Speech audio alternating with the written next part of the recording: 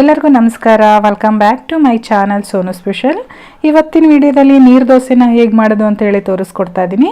ನೀರು ದೋಸೆ ತುಂಬಾ ಮೃದುವಾಗಿ, ಅದೇ ರೀತಿ ತುಂಬಾ ತೆಳುವಾಗಿ ಬರುತ್ತೆ. ಬೆಳಗಿನ ತಿಂಡಿಗಂತೂ ತುಂಬಾ ಎಲ್ರಿಗೂ ಇಷ್ಟ ಆಗುತ್ತೆ. ಅದೇ ರೀತಿ ನೀವು ಲಂಚ್ ಬಾಕ್ಸ್ಗೂ ಕೂಡ ತೊಗೊಂಡು ಹೋಗ್ಬೋದು. ಬನ್ನಿ ಹಾಗಾದರೆ ಈ ನೀರು ದೋಸೆನ ಹೇಗೆ ಮಾಡೋದು ಅಂತೇಳಿ ನೋಡ್ಕೊಳ್ಳೋಣ.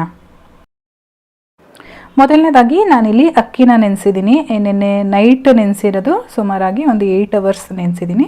ಒಂದು 4 to 5 ಅವರ್ಸ್ ನೆನೆಸಿದ್ರೆ ಸಾಕು. ನಾವು ಮಾರ್ನಿಂಗ್ ಟಿಫನ್ ಮಾಡೋದು ಅಂತ ಅಂದರೆ ನೈಟು ನೆನೆಸ್ಬಿಟ್ಟು ಮಲ್ಕೊಂಡ್ರೆ ಸಾಕು. ಈ ನೆಂದಿರ್ತಕ್ಕಂಥ ಅಕ್ಕಿನ ನೀರೆಲ್ಲ ಸೋರಿಸ್ಕೊಂಡು ಚೆನ್ನಾಗಿ ನುಣ್ಣಗೆ ರುಬ್ಕೊಳ್ಬೇಕಾಗತ್ತೆ. ಹಾಗಾಗಿ ನಾನು ಇಲ್ಲೊಂದು ಮಿಕ್ಸರ್ ಜಾರ್ಗೆ ಟ್ರಾನ್ಸ್ಫರ್ ಮಾಡ್ಕೊಳ್ತಾ ಇದ್ದೀನಿ. ಇದ್ರ ಜೊತೆಗೆ ನಾನು ಇಲ್ಲೊಂದು ಅರ್ಧ ಕಪ್ಪು ತೆಂಗಿನಕಾಯಿನೂ ಕೂಡ ಸೇರಿಸ್ಕೊಳ್ತಾ ಇದ್ದೀನಿ. ಕಾಯಿ ಸ್ವಲ್ಪ ಎಳೆದಾಗಿದ್ರೆ ತುಂಬಾ ಚೆನ್ನಾಗಿ ಬರುತ್ತೆ. ಇದಕ್ಕೆ ಎಷ್ಟು ಬೇಕಷ್ಟು ನೀರನ್ನು ಹಾಕ್ಕೊಂಡು ನುಣ್ಣಗೆ ರುಬ್ಕೊಂಡು ಬರೋಣ.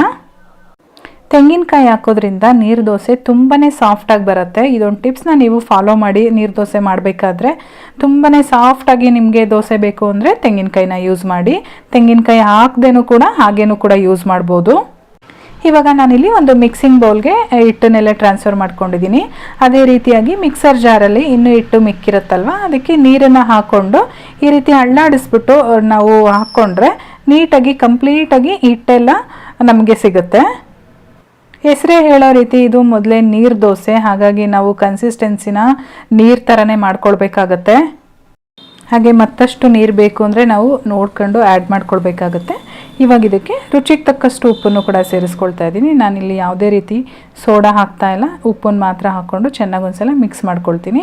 ಇವಾಗ ನೋಡ್ತಾ ಇರ್ಬೋದು ಇದ್ರದ್ದು ಹದ ಹೇಗಿದೆ ಅಂತೇಳಿ.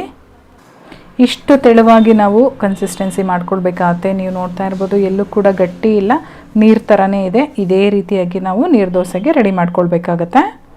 ಹಾಗೆ ನೀರು ದೋಸೆ ಯಾರಿಗೆಲ್ಲ ಇಷ್ಟ ಅವರು ಒಂದು ಲೈಕ್ ಮಾಡಿ, ಜೊತೆಗೆ ಕಮೆಂಟ್ ಮಾಡಿ ನೀರು ದೋಸೆ ಯಾರಿಗೆಲ್ಲ ಇಷ್ಟ, ಹಾಗೆ ಯಾರಿಗೆ ಇಷ್ಟ ಆಗಿರುತ್ತೆ ಅವ್ರಿಗೆ ಈ ರೆಸಿಪಿನ ಶೇರ್ ಮಾಡಿ. ಈ ಕಡೆ ನಾನು ಒಲೆ ಮೇಲೆ ಒಂದು ತವನ ಇಟ್ಕೊಂಡಿದ್ದೀನಿ ಚೆನ್ನಾಗಿ ಕಾಯೋದಕ್ಕೆ. ಕಾಯ್ದಿರ್ತಕ್ಕಂಥ ತವದ ಮೇಲೆ 1 ಸ್ಪೂನಷ್ಟು ನಾನಿಲ್ಲಿ ಎಣ್ಣೆನ ಹಾಕ್ಕೊಳ್ತಾ ಇದ್ದೀನಿ. ಎಣ್ಣೆ ಹಾಕ್ಕೊಂಡು ನಾನಿಲ್ಲೊಂದು ಟಿಶ್ಯೂ ಪೇಪರಿಂದ ನೀಟಾಗಿ ಸ್ಪ್ರೆಡ್ ಮಾಡ್ಕೊಳ್ತಾ ಇದ್ದೀನಿ. ನೆನಪಲ್ಲಿಟ್ಕೊಳ್ಳಿ, ತವ ಚೆನ್ನಾಗಿ ಕಾಯ್ದಿರಬೇಕು. ಕಾಯ್ದಿರ್ತಂಥ ತವದ ಮೇಲೆ ನಾವು ದೋಸೆನ ಹಾಕಬೇಕಾಗತ್ತೆ. ನೀರು ದೋಸೆ ಇದುವರೆಗೂ ಯಾರೆಲ್ಲ ಮಾಡಿಲ್ವೋ ತುಂಬಾ ಸುಲಭ. ಖಂಡಿತವಾಗ್ಲೂ ಈ ವಿಡಿಯೋ ನೋಡಿಕೊಂಡು ನೀರು ದೋಸೆನ ಮಾಡಿ, ತುಂಬಾ ಚೆನ್ನಾಗಿ ಬರುತ್ತೆ. ಇವಾಗ ನಾವು ರೆಡಿ ಮಾಡಿ ಇಟ್ಕೊಂಡಿದ್ದೀವಲ್ಲ, ಅದನ್ನು ಇನ್ನೊಂದು ಸಲ ಚೆನ್ನಾಗಿ ಮಿಕ್ಸ್ ಮಾಡಿಕೊಂಡು ತವದ ಮೇಲೆ 1 ಸ್ಪೂನು ಅಥವಾ 1.5 ಸ್ಪೂನಷ್ಟು ಹಾಕ್ಕೊಳ್ಬೇಕಾಗತ್ತೆ. ಈ ರೀತಿ ಸ್ಪ್ರೆಡ್ ಮಾಡಿಕೊಂಡು ಹಾಕ್ಕೊಳ್ಬೇಕು. ತವ ಕಂಪ್ಲೀಟಾಗಿ ಕವರ್ ಆಗೋವರೆಗೂ ನಾನಿಲ್ಲಿ ಹಾಕ್ಕೊಳ್ತಾ ಇದ್ದೀನಿ. ಎಲ್ಲೆಲ್ಲಿ ಓಪನ್ ಇರುತ್ತೆ ಅಲ್ಲಿಗೆಲ್ಲ ಈ ರೀತಿ ಸ್ವಲ್ಪನೇ ತಗೊಂಡು ಸೇರಿಸ್ಕೊಳ್ತಾ ಇದ್ದೀನಿ. ಇವಾಗ ನೋಡ್ತಾ ಇರ್ಬೋದು ತವ ಕಂಪ್ಲೀಟಾಗಿ ಕವರ್ ಆಗಿದೆ ದೋಸೆ ಹಿಟ್ಟಿಂದ. ಈ ಟೈಮಲ್ಲಿ ನಾನು ಒಂದು ಲಿಡ್ ಕ್ಲೋಸ್ ಮಾಡಿ 1 ನಿಮಿಷಗಳ ಕಾಲ ಬೇಯಿಸ್ಕೊಳ್ತೀನಿ. 1 ನಿಮಿಷ ಆದಮೇಲೆ ಲಿಡ್ ಓಪನ್ ಮಾಡಿ ತೋರಿಸ್ತಾ ಇದ್ದೀನಿ. ಸೈಡೆಲ್ಲ ಓಪನ್ ಆಗ್ತಾ ಅಂದರೆ ಬಿಡ್ತಾ ಬರುತ್ತೆ. ದೋಸೆ ಕೆಳಗಡೆ ಬೆಂದಂಗೆ ಸೈಡೆಲ್ಲ ಬಿಡ್ತಾ ಬರುತ್ತೆ. ನೀವು ಬಿಟ್ಟಾಗ ನೀವು ನೋಡ್ತಾ ಇರ್ಬೋದು ಇಲ್ಲಿ ಯಾವ ರೀತಿ ಬಿಟ್ಟಿದೆ ಅಂತ ಹೇಳಿ. ಇವಾಗ ನೀಟಾಗಿ ಎತ್ಕೊಳ್ಬೋದು, ಎಲ್ಲೂ ಕೂಡ ಮುರಿದೋಗಲ್ಲ, ನೀಟಾಗಿ ಬರುತ್ತೆ. ಈ ರೀತಿ ಫೋಲ್ಡ್ ಮಾಡಿಕೊಂಡು ದೋಸೆನ ತಗೊಳ್ಳಿ. ಇದೇ ರೀತಿಯಾಗಿ ಎಲ್ಲ ದೋಸೆಗಳನ್ನ ಸಹ ಹಾಕ್ಕೊಡಿ. ಬಿಸಿದು ಹಾಕ್ಕೊಂಡು ಡೈರೆಕ್ಟ್ ತಟ್ಟೆಗೆ ಹೋಗ್ತಾ ಇದ್ರೆ 1 ಡಜನ್ ಕೂಡ ತಿಂತಾರೆ. ಅಷ್ಟು ಚೆನ್ನಾಗಿರುತ್ತೆ, ಅಷ್ಟು ಮೃದುವಾಗಿ ಬರುತ್ತೆ.